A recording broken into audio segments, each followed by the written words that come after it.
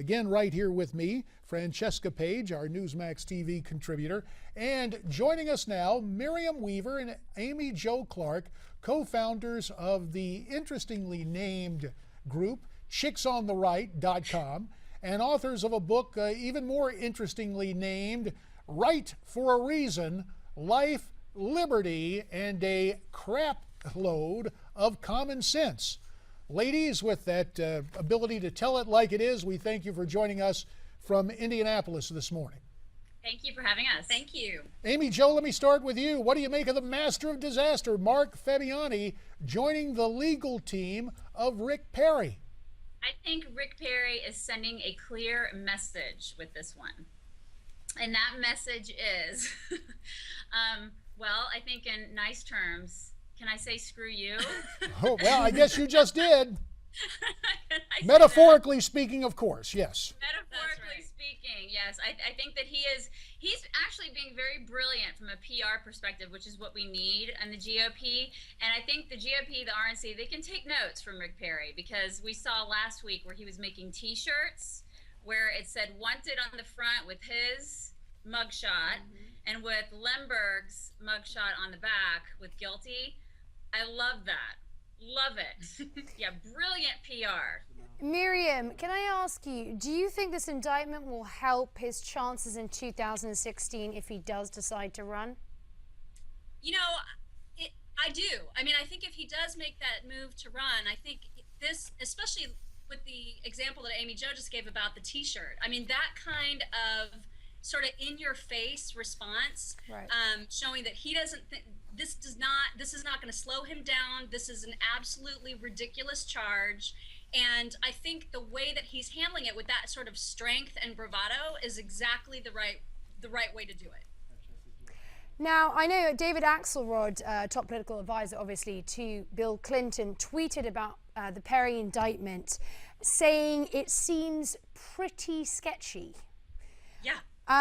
Are Democrats seeing this? Do you think? Sorry, Democrats seeing this could backfire on them? I think so. I mean, that's when you've got David Axelrod saying that kind of thing, I think that carries a lot of weight, and I would assume that he's speaking for a lot of people in the Democrat Party. Yeah, I think that it's, you know, when it becomes criminal to, you know, point out something that's criminal, I think that it is sketchy, and like she says, if it's wrong to point that out, that is people start looking at that and saying, wait a second, where are we in our society where that becomes a bad thing to point out the criminal? And it seems desperate, frankly. Yeah, exactly. I mean, I think it was a definite political move. Well, ladies, as you bring up the word criminal, this may be the rare occasion where you find yourselves politically in agreement with self-described liberal Democrat Alan Dershowitz.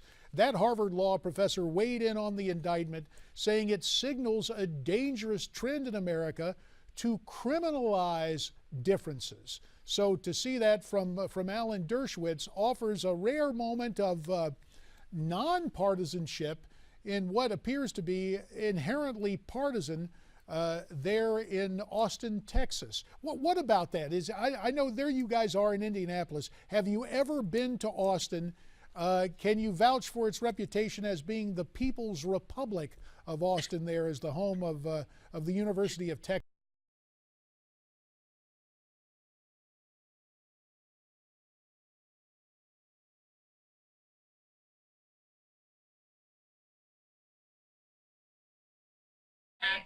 It's right twice a day. Yep, definitely is. So you guys mentioned it earlier, the commercial opportunities, the fundraising opportunities, Rick Perry's PAC making money off T-shirts. Now, as chicks on the right, you obviously, as conservative ladies, you have your own entrepreneurial endeavors, you have your own creative ability. Have you figured out how you guys are going to use the Rick Perry indictment for fun and profit yet? Well, we've pushed his, I mean, I actually wrote a post about his T-shirts and his entrepreneurialism on our website the other day. And I did, you know, I made the point that I do think it's brilliant what he's doing.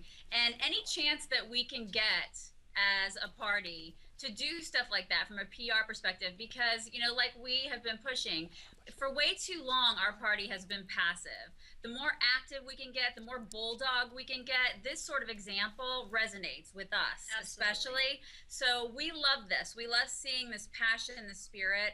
I just think that this resonates with us, and it should resonate with people in our party, and we'd like to see more of it. So bravo to Rick Perry. And, you know, I think hopefully it'll carry over.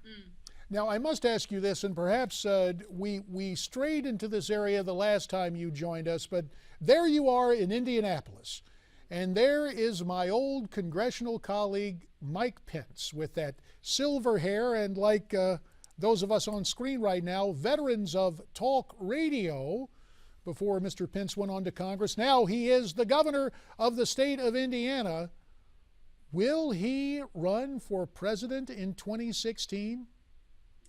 It's possible. Anything's possible. Yeah. We're hearing chatter about that. So it's possible. It could be, you know, presidential or vice presidential. We've been hearing chatter about that. You just never know. He could be tapped for something like that. So anything's possible. It'd be great. He would be a great representative. Well, under the realm of anything being possible, Miram Weaver and Amy Jo Clark, the chicks on the right, we hope you'll come back and spend some more time with us in the not too distant future.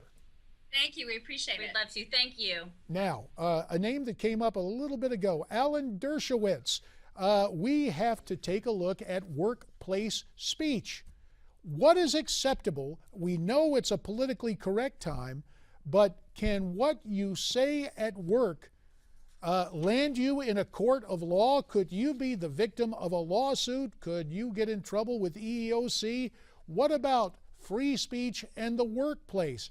Alan Dershowitz now with you and the law.